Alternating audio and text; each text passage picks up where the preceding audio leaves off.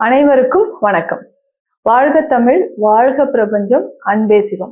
அகத்தியர் மாமுனிவர் அருளாளர் இந்த உலகத்துல இருக்கவங்க எல்லாருமே ஆரோக்கியமாக வாழ்வதற்கு சித்த மருத்துவத்தில் நிறைய நமக்கு வாழ்வியல் முறைகளை சித்தர்கள் நமக்கு கொடுத்திருக்காங்க. தினந்தோறும் அதை நம்ம ஃபாலோ பண்ணாலே நல்ல ஆரோக்கியமாக நம்ம இருக்க முடியும். ஆரோக்கியமாக வாழ்வதற்கு அப்படின்னு பார்த்தோம்னா ஆரோக்கியம், மன நிம்மதி அப்படின்றது ரொம்ப முக்கியம். நம்மளுடைய உடலும் மனமும் ஒன்றிணைந்து ஆரோக்கியமாக இருந்தால் மட்டுமே நம்மளால நீண்ட காலம் ஆரோக்கியமாக வாழ முடியும். இதுக்குதான் சித்தர்கள் காயகற்ப வழிமுறைகளை சொல்லியிருக்காங்க. இந்த காயகற்ப வழிமுறைகளுக்கு அப்படின்னு பார்க்கும்போது மருந்தாகவும் சரி, வாழ்வியல் முறையிலும் சரி, நம்ம சில பயிற்சிகள் மூலியமாகவும் ஆரோக்கியமாக வாழறதுக்கான வழிமுறைகளை சொல்லியிருக்காங்க. காயகற்பம் அப்படின்னா நரை, திரை, மூப்பு. சாக்காடு அப்படின்னு சொல்றதா மனிதனோட கடைசி நிலை. இந்த நரை, திரை, மூப்பு இதை வென்று எல்லாருமே நீண்ட காலம், அதாவது இதனுடைய கால அவகாசத்தை நம்ம நீட்டிப்பது. நமக்கு வயதாக கூடிய அந்த ப்ராசஸ், ஏஜிங் ப்ராசஸ் அப்படின்னு சொல்றோம் இல்லைங்களா, அதை நீட்டிக்கிறதுக்காக நிறைய வழிமுறைகள். இதுல முக்கியமாக பிணி அணுகா விதி அப்படின்னு சித்தர்கள் நமக்கு சொல்லியிருக்காங்க. அது முக்கியமா நிறைய நூல்கள் நமக்கு இருக்கு. அதுல இந்த பதார்த்த கோண சிந்தாமணி அப்படின்ற நூல்ல தான் இந்த பிணி அணுகா விதியை பத்தி அழகா சொல்லியிருப்பாங்க. ஒரு மனிதன் காலையில எந்திரிச்சதுல இருந்து இரவு தூங்க போகும் வரை நம்ம எந்த மாதிரியான உணவு சாப்பிடணும், எந்தெந்த விதிமுறைகளை நம்ம ஃபாலோ பண்ணணும், அதுதான் பிணி அணுகா விதி அப்படின்னே சொல்லியிருப்பாங்க. காலையில அப்படின்னு பார்த்தோம்னா 3:30 மணி, அந்த பிரம்ம முகூர்த்தம் அப்படின்னு சொல்ற ஒரு நேரம், அதுல இருந்து ஒரு காலையில 6:30 மணி வரைக்கும் நம்ம முயற்சி அந்த டைம்ல காலை நேரத்துல அந்த இயற்கையான ஒரு காற்றை சுவாசிக்கும் போது பிராண சக்தி உடல்ல அதிகரிக்குது. அதுதான் பிராண வாயு அப்படின்னு சொல்றோம். இதுக்கானதான ஒரு பயிற்சி நம்ம சித்தர்கள் நமக்கு வலியுறுத்தி இருக்கிறது பிராணாயாம பயிற்சின்னு சொல்றோம், மூச்சு பயிற்சி. அந்த மூச்சு பயிற்சியை நம்ம சரியா செய்யும் போது பிராண சக்தி உடல்ல தக்க வைக்கப்படுது. அப்ப நுரையீரல் பலப்படுது. நுரையீரல் மூலயமாக உடல் மொத்தமுமே நமக்கு பலமாகுதுன்னு சொல்லலாம். இன்னைக்கு நிறைய பேருக்கு வரக்கூடிய பிரச்சனையில ஒண்ணு முக்கியமானது, நம்ம உடல்ல ஆக்சிஜன் லெவல் ரொம்ப குறைவா இருக்கிறது தான்.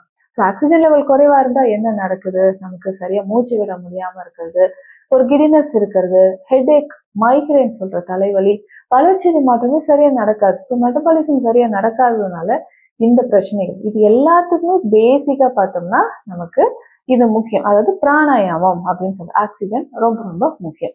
அடுத்து முக்கியமான இன்னொரு விஷயம் என்னன்னு பார்த்தோம்னா நம்மளுடைய உணவு முறை. உணவு முறையை பொறுத்த வரைக்கும் தான் நம்ம எல்லாருமே தவறு செய்யறோம்.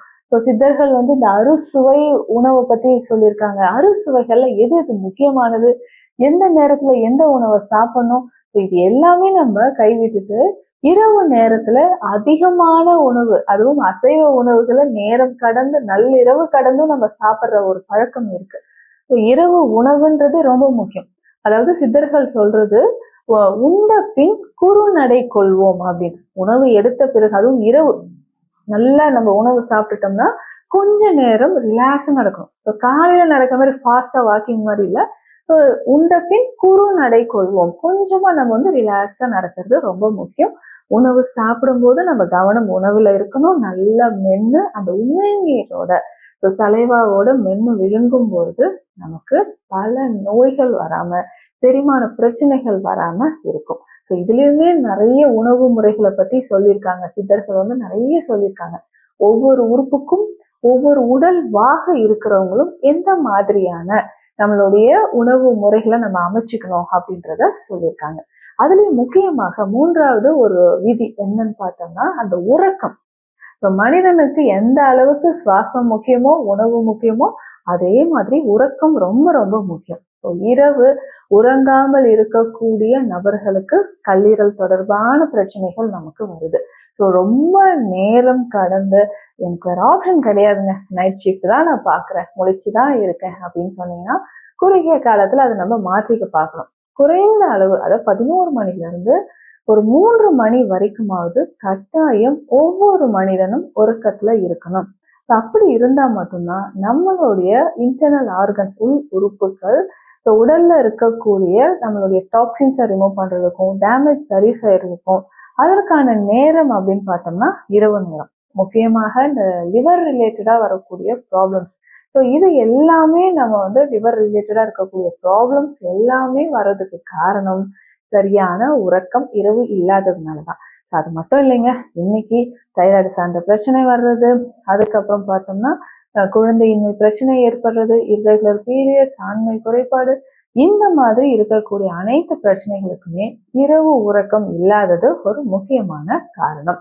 நம்ம நீண்ட நாள் ஆரோக்கியமாக வாழறதுக்கு முக்கியமான 3 வழிமுறைகள் சித்தர்கள் என்ன சொல்லியிருக்காங்க அப்படின்றத பார்த்தோம். இனி வரக்கூடிய அடுத்தடுத்த பதிவுகள்ல உங்களுக்காக சித்தர்கள் நமக்கு சொன்ன நிறைய சித்த மருந்துகள், அதனுடைய மகத்துவம், ஆன்மீக ரீதியாக ஒரு மூலிகை எப்படி பயன்படுத்து, சித்த மருத்துவத்துல நம்ம எப்படி பயன்படுத்துறோம், இந்த மாதிரி நிறைய தகவல்களை நான் உங்களுக்கு தர இருக்கிறேன். தொடர்ந்து நம்ம சேனலை ஃபாலோ பண்ணுங்க. நன்றி.